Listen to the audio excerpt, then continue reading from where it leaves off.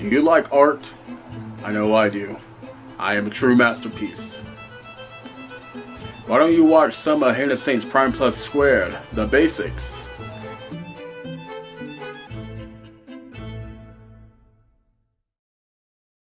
Hi guys, welcome back to The Basics. Today we're going to be making some mains. Those are human monsters on The Basics right here. Because look at them. Look, it's so simple. It has to be done. It's just so simplicity. It's so simplicity. Look at this. Look at this.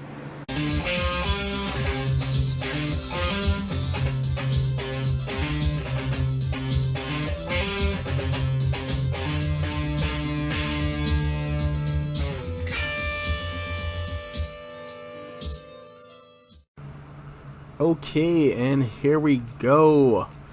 Welcome back again. This is exactly what stuff is. So this is mains. Mains are humanoid creature-esque thing for D&D. They are so simplistic in their design. I just figured that this would be a nice snowball effect to get back into the fray of making Mini Monday and stuff. So welcome back, guys. How are you? I'm doing all right. Today we are going to be working with some mains, or they're called main, but they came with 3. Their size are small. Their type is a fiend. They are a demon, and they are chaotic evil. Their soul is dead, and they are sent to the abyss. Mains are considered the fodder below Teneria. Mains are approximately 3 feet tall humanoids, and they are surprisingly light for their build, weighing over 15 pounds. Their bodies were pale, bloated, nearly hairless, crawling with maggots actually fed on them. Both their eyes are consistently dripping disgusting liquids, showed no signs of sentencing, and their jagged teeth. These will be great humanoids for my campaign 2, which I am doing Ravenloft. And there is a witch named, our green hag named Mother Lorinda. And she kind of uses summoning, and she kind of summons fiends of all that stuff, so, and everything else. So, I mean, so yeah, these, I thought these guys were pretty simplistic. Like I said, I figured I'd do these, pretty simple, show you guys what I would do in a situation like this. I'm showing this the entirely. These are pretty much how much I would do it, and these will be pretty much ready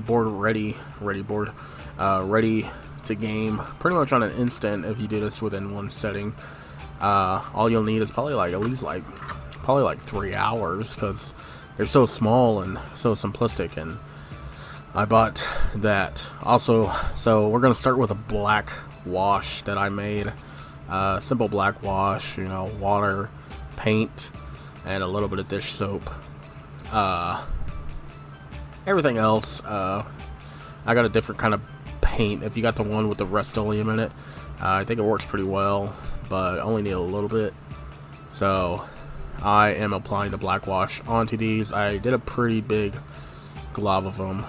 I think I needed a little bit more water for this black wash. I mean, I do like it.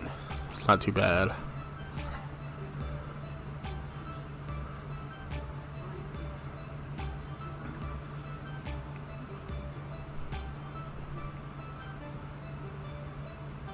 So yes, once you're applying, the black wash will seep into all the crevasses and everything else. You can just see how each of the black wash just makes everything stand out. I didn't even bother doing the bases either. I just did them as well. This is how simplistic and easy this one was, you know. As simple as that. Usually you can, sometimes if you just have a simple black wash, and usually that can work out for most of the things if you're trying to go for like a dark look and everything else. I kind of felt bad because it was a really good brush of mine, even though it's one of my crappy brushes, but it was like a crappy good brush. Some of the super glue was still wet, and I kind of got a little bit on there, and yeah, I kind of got on there, and I'm like, dang it. So my brush has a little super glue clump on there. But look how simple and easy. Just keep on wiping it on there, you know. Make sure you got every spot. I didn't get every spot that I did. I think I should have, but hey, you know what I mean. Yeah, that's the part where I got that super glue on there, I guess. But yeah, these mains are pretty cool. Of course, I had to pay $5 for each of them, but hey, that's just how whatchamacallit goes. Mini chasing. I buy so many minis and I'm like, dang, I got so many. But I thought these guys look pretty cool. They would be great as small fiends, you know, kind of like a different type, you know, for at least for my campaign 2, you know, instead of the usual fighting goblins. You got, you know, these fiends and stuff and everything else. So yes.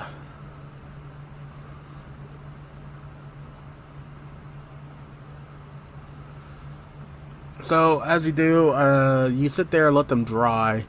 You can go ahead and if you want to grab a clean brush, and if you think that there is too much black wash, you can legit grab a clean brush. Make sure it's dry, and just repaint over them. Sometimes with that black wash, they'll pick up that wetness, and it will still look good. But this is what it looks like when it's dried on there. I think it looks pretty good as is. I could have called it simple as that. Now, I was going to do a coating of a dry brushing of a very light gray. And with that light gray, it was going to probably stand out more. Since each guy does have a ridge, doing a dry brushing will kind of pop out the little small what do you call them, boils or whatever they got on there, and their nails and everything. So this is just I keep water bottle lids just for a small occasion. If you still had a paint palette, but you know, if you don't, I don't know. I use everything as a paint palette, you know, anything you got, because I'm cheapo like that. So, but if you continue on with that, yeah, I mean, with a quick dry brushing, again, dry brushing is where your paintbrush, you grab some paint, you dab it on there, very little dab, and then you wipe it off as much as you can, you know, making it pretty much a legit dry brush again with the paint. And so whatever the paint pigments that's still on there, it will flake off and go onto the painting or your miniature, and it really makes it pop and stand out.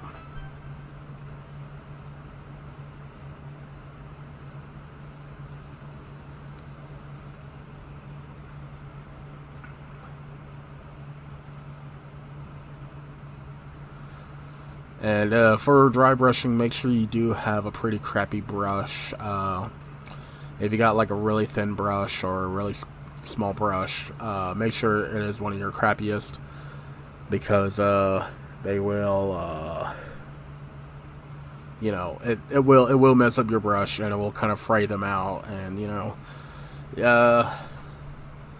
Usually with miniature painting, you really want to keep a couple of good brushes, you know, for your good miniature for small details, and then for other than that, you just kind of just want to have a couple of crappy brushes, you know, because you will be experimenting, mix and matching and stuff, and everything else.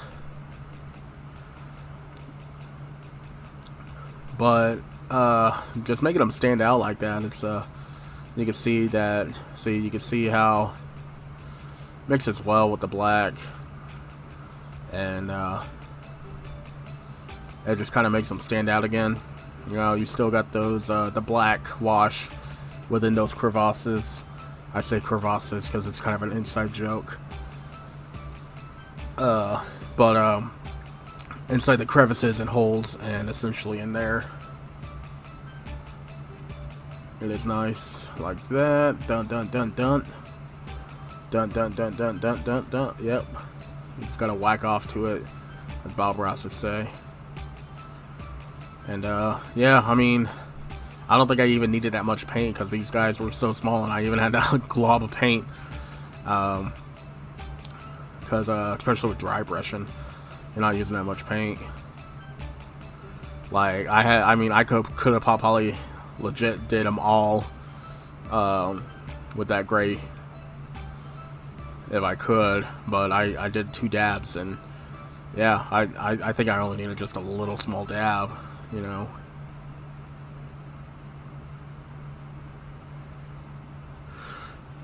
But yeah, I'm excited about my campaign too.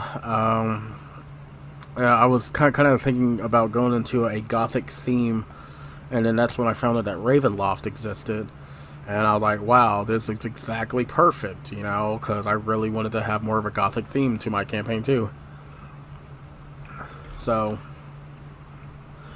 through my campaign 1, it was more set into the fantasy realm, of course.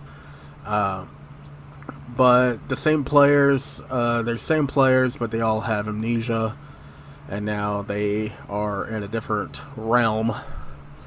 Of course, the Ravenloft realm of, you know, and they are gonna figure out, oh, we were different people than before. So of course, like that. I did have a enemy called the Crimson Sun. They are kind of the people that were the enemy. Some people don't believe that they're enemies, you know, but the Crimson Sun believes in order of restoring everything and basically how it should be, you know, how all race and matters, how it should all be in place in order. Every 1,000 years, a blood moon rises and eclipses the sun, which causes the blood moon to hit and pretty much destroying a realm or anything else, and kind of basically resets the earth. And basically they all have these obelisks, and these obelisks are the ones that help create portals and opens tears. And with all these tears and orders, they they were kind of just disrupting everything else. It was kind of when basically there's like there's like interdimensional portal and everything, and there's all these portals and stuff, you know, there's tons of portals, different, you know, outcomes, different areas, you know, same place, different, you know, universe, I guess you'd say. And basically this whole basically how planeswalking was not invented until the guy who started the Crimson Sun. They say that he lived up to be 1,000 years. You know, he's a 1,000-year-old man, and whatnot. And basically, they would. But they also say that, oh, he's not actually the same guy. It's actually a guy replacing each guy. But they don't know that. But, you know. Yeah, I got a lot more story to that. But we're entering the campaign 2. Right now, we're just Mod Podging them. If you guys got any other thing about, like, varnishing them, Mod Podge just works the same. It does create a nice water sealant. If you want to thin it out just a little bit, because Mod Podge is just a little bit too thick, or if you just grab a really thin brush and just brush it out, and they look pretty good. I mean, I honestly was surprised about it. You know, they looked amazing to me, and I'm glad that they came out. Oh God, what was that? And how they came out, you know. I really hope that this was a pretty good basics. You know, I think it's a pretty good basics. Some of them looked pretty well done, and I'm glad, you know. Some of them look really amazing, and I'm happy with the result, even though it's just so simplistic. And you know, you can always add a lot more other stuff. You know, this is just me showing off how simplistic and how easy that everyone can do it. And this will be pretty much tabletop ready exactly within like 3 hours. You know, probably, like I said, 3 hours. You wash them in that black wash, let them dry. Probably takes like 15 minutes. Probably like less than 3 hours. But if you really want to get them all together, you know, dry.